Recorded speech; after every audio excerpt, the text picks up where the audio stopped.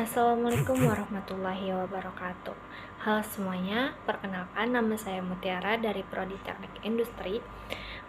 Sebelumnya saya ingin mempertanyakan apakah kalian pernah melihat fenomena yang biasa sering terjadi di sekitar kita, tetapi kita belum tahu apa sih penyebab dari fenomena-fenomena tersebut. Nah, contohnya saja ketika kita contoh dalam kehidupan sehari-hari, ketika kita menjemur pakaian yang tadinya basah di bawah terik matahari itu menjadikan yang baju yang awalnya basah tersebut menjadi kering, ataupun benda-benda lainnya yang basah setelah dijemur menjadi kering.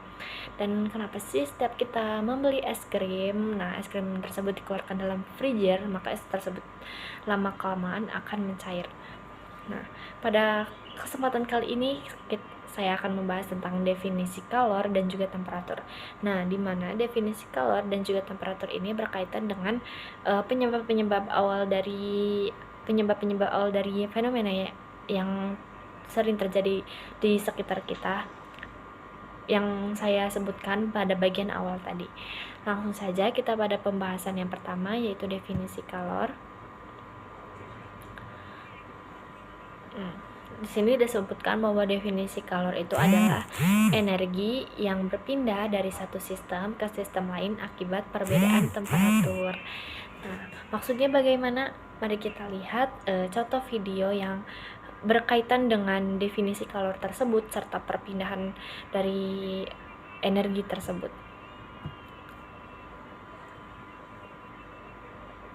Di sini. Dalam kehidupan sehari-hari, ketika cuaca panas, kebanyakan orang menyegarkan tubuh mereka dengan meminum air yang ditambahkan dengan es batu. Namun, es batu tersebut lama-kelamaan semakin mengecil dan juga menghilang.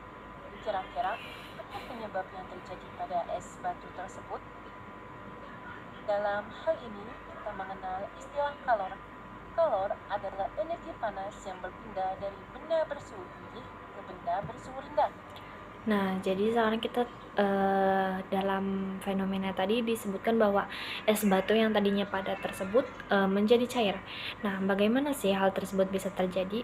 Hal tersebut bisa terjadi itu karena adanya transfer energi panas dari matahari ke dalam molekul es batu tersebut, sehingga ketika energi panas ditransfer dalam es batu tersebut itu energi molekul yang ada di dalam es batu tersebut itu mencair ataupun melemah. Nah, hal itu menyebabkan es batu yang padat menjadi cair. Selanjutnya yaitu kita mengenal tadi perpindahan kalor, di mana perpindahan kalor itu melalui konduksi, konveksi, dan radiasi. Yang pertama itu ada konduksi, di mana konduksi ini adalah proses perpindahan kalor melalui bahan padat tanpa pergerakan partikel secara keseluruhan. Kalor itu berpindah dari bagian yang lebih panas ke bagian yang lebih dingin. Contohnya itu adalah pegangan panci yang menjadi panas saat panci tersebut dipanaskan. Konveksi yaitu proses perpindahan melalui pergerakan fluida, cair, atau gas, di mana contohnya itu adalah pemanasan air dalam panci, di mana air panas itu naik ke atas dan air dingin itu turun ke bawah. Nah, selanjutnya itu ada radiasi. Radiasi ini adalah proses perpindahan kalor melalui gelombang elektromagnetik, contohnya yaitu panas yang diterima oleh matahari. Nah, selanjutnya itu ada satuan kalor. Nah, perlu kita ketahui bahwa kalor itu diukur dalam satuan joule atau kalori. Satu kalori itu didefinisikan sebagai jumlah energi yang diperlukan untuk menaikkan suhu 1 gram air sebesar 1 derajat Celcius. Satu kalori itu sama dengan 4184 joule, di mana 1 joule-nya itu adalah 0,239 kalori. Nah, selanjutnya kita lanjut ke pembahasan kedua, yaitu tentang definisi temperatur. Temperatur itu adalah ukuran panas atau dinginnya suatu benda. Temperatur itu menunjukkan seberapa panas atau dinginnya suatu zat. Semakin tinggi temperatur, maka semakin tinggi energi kinetik dalam rata-rata partikel dalam zat tersebut. Mari kita lihat video pembahasan yang membahas tentang definisi temperatur.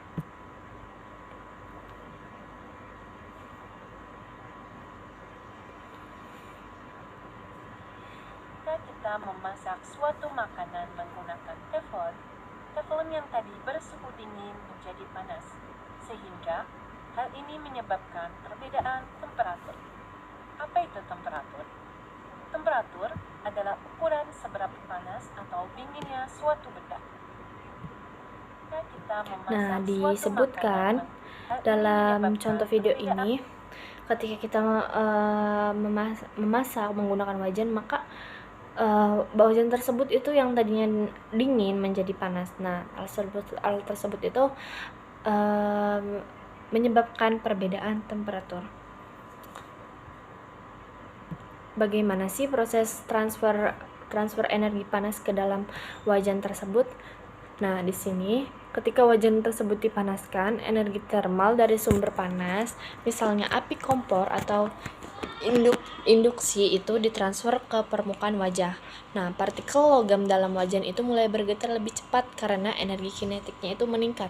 Nah, setelah itu transfer energi setelah wajannya panas itu, nah energi panasnya itu lanjut mentransfer energi itu ke bahan masakan.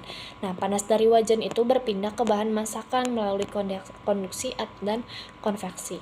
Energi kinetik partikel dalam minyak atau bahan makanan juga meningkat, menyebabkan molekul-molekul itu bergerak lebih cepat. Setelah itu ada satuan temperatur. Satuan temperatur itu di mana ada Celsius, Fahrenheit, dan Kelvin. Celsius itu skala temperatur yang umum digunakan, di mana 0 derajat Celsius itu adalah titik beku air dan 100 derajat Celsius itu adalah titik didih air. Nah, kedua itu ada Fahrenheit, di mana skala temperatur yang digunakan di beberapa negara, di mana 32 derajat Fahrenheit itu adalah titik beku air dan 212 Fahrenheit itu adalah titik didih air.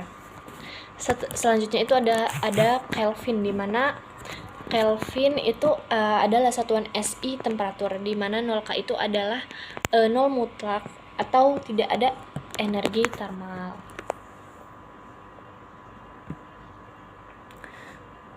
Setelah itu ada juga jenis-jenis termometer. Termometer di sini itu adalah alat ukur untuk mengukur temperatur, di mana itu ada 3 jenis termometer, di mana ada termometer cair, termometer digital, dan termokapel. Termometer cair itu menggunakan cairan seperti air raksa atau alkohol untuk mengukur temperatur. Nah, nomor 2 itu ada termometer digital, di mana menggunakan sensor elektronik untuk memberikan pembacaan temperatur secara digital. Dan ada juga termokapel, dan alat yang mengukur temperatur berdasarkan perbedaan tegangan yang dihasilkan oleh dua logam yang berbeda pada suhu yang berbeda. Kesimpulannya itu kita dapat membedakan bahwa kalor itu adalah energi panas yang berpindah, sedangkan temperatur itu adalah ukuran tingkat panas benda. Terkait dengan energi kinetik partikel, meskipun saling berkaitan, kalor itu mengacu pada energi